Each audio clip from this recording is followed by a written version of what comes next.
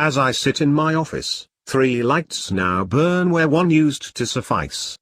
When I walk into the room and flip the ceiling light switch, the odd, coiled compact fluorescent lamp, CFL, now the only option on the light bulb aisle of the supermarket, flickers dimly and puts out a weak gray light for several minutes before finally flaring into full luminescence.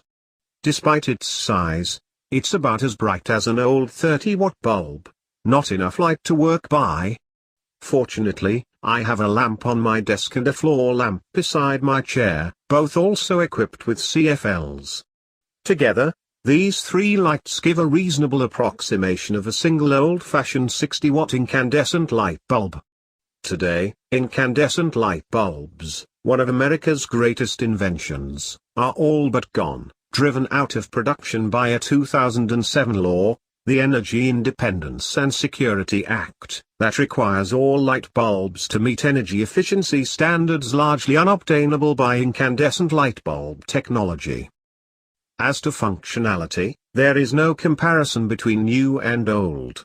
Incandescent bulbs were easier on the eyes, brighter, and lit instantly when the switch was flicked. Also, they were cheap. A box of 10 cost only a few dollars, and lasted for many months.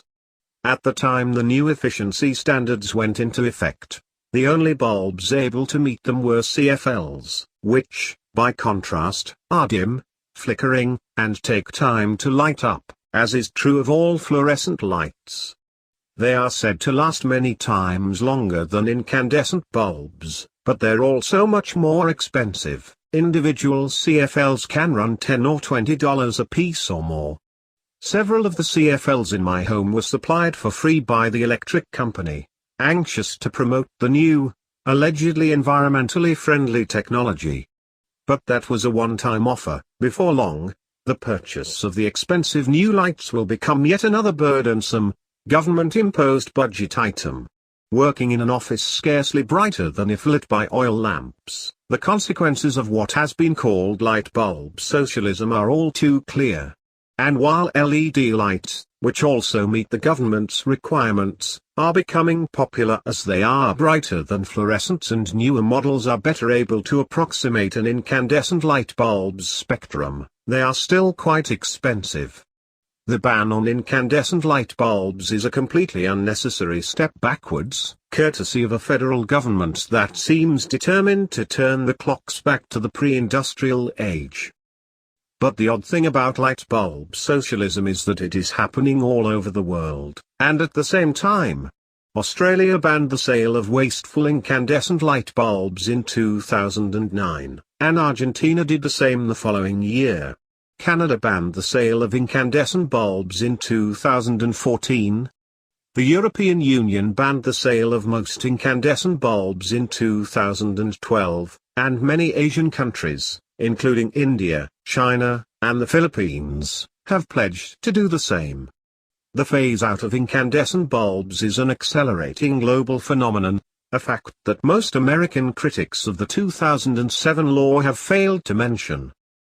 Nor is this a coincidence. Far from being a spontaneous grassroots movement in favor of more energy efficiency, the eradication of incandescent light bulbs is actually being coordinated by a little-known initiative called N.Lighten, run by the United Nations Environment Programme, UNEP, in coordination with the Global Environment Facility, GEF, a powerful but little-known organization set up at the 1992 Rio Earth Summit. According to its own website, the GEF now has become an international partnership of 183 countries and counts among its many implementing partners all of the major regional development banks, the World Bank, the United Nations Development Programme, the aforementioned UNEP, the United Nations Industrial Development Organization, and the World Wildlife Fund. Among its many global environmental projects, the phase-out of incandescent light bulbs has been a priority of the GEF for many years. In 2009, the UNEP and GEF set up N.Lighten to accelerate this program. 3 years later, at the Rio Plus 20 Earth Summit, 14 more countries signed up for the phase-out, fulfilling one of the major goals of the 2012 gathering. According to N.Lighten, the global switch to CFLs will eventually reduce CO2 emissions by 580 million tons annually. In other words, it's all about combating climate change. That CFLs are much more expensive, not as bright, and full of toxic mercury that could pose major health risks in the event of breakage is secondary to the fanatical global environmentalist agenda that contemplates reducing greenhouse gas emissions at any cost. The reality, unsuspected by most Americans frustrated with the new mandated light bulbs, is that they are a product of the UN's global environmental regime. The sponsors of the 2007 energy bill in the United States, just like their counterparts in Australia, Canada, the EU, and many other nations, were implementing the UN's climate control agenda, and they're far from finished. Unless Americans awaken soon to the looming reality of global UN-centered environmentalist tyranny, dim bulbs at home and in elected office will be among the least of our worries. The rationale and the reality. For several generations, radical environmentalism has been one of the major pretexts for world government. It is no accident that the original Rio Earth Summit occurred in 1992, precisely at the time that the Cold War was winding down, and it was becoming apparent to everybody that a civilization-ending nuclear war between the West and the Soviet bloc was not in the cards. The end of the Cold War meant the end of a major justification for the entire UN-centered international order, including regional defense organizations such as NATO, the nuclear disarmament drive, and UN peacekeeping initiatives in global hotspots such as the Korean Peninsula. The nascent New World Order needed a new raison d'etre, and the environment was Exhibit A. Interestingly, George F. Kennan, a key architect of the United States Cold War policy with the Soviet Union, has also observed that environmental devastation is the great enemy in the post-Cold War era. In an opinion piece entitled A Europe Now Free from a Confining Cold War Vision, which was published by The Washington Post on November 14, 1989, less than a week after the fall of the Berlin Wall, he wrote, "The changes now sweeping Central and Eastern Europe are momentous, irreversible, and truly epoch-making." And he concluded, "The great enemy is not the Soviet Union, but the rapid deterioration of our planet as a supporting structure for life." Mikhail Gorbachev, the last leader of the Soviet Union, and the leader when the Berlin Wall came down, also warned about this post-Cold War enemy in a speech he delivered on May 6, 1992. The prospect of catastrophic climatic changes, more frequent droughts, floods, hunger, epidemics, national ethnic conflicts, and other similar catastrophes compels governments to adopt a world perspective and seek generally applicable solutions. He also approvingly stated that an awareness of the need for some kind of global government is gaining ground. Elsewhere in the New American article, see here, we document that runaway global warming and related catastrophes predicted by the climate doomsayers simply have not occurred. In fact, global warming has been on pause for more than 18 years now, see here. But none of this has deterred the climate claque, which continues to bombard the public with ominous pronouncements of the hottest summer yet and misleading photos of underweight polar bears on shrinking ice floes. The persistence, and even expansion, in the southern hemisphere, of polar ice caps, as well as other inconvenient climatological truths, have failed to silence the environmental extremists because, since at least the 1960s, the environmentalist movement has been grounded not in science but in politics. Climate change in particular has become a huge, government-subsidized enterprise, where elite climatologists at huge universities compete for gargantuan government grants to continue research to show that the climate apocalypse is nigh. Such claims create a powerful rationale for more government, which is why they are so popular with the political class and their media toadies. On the other hand, research monies for scientists skeptical of the global warming hysteria are almost non-existent, because the absence of anthropogenic global warming does not align with any political agenda.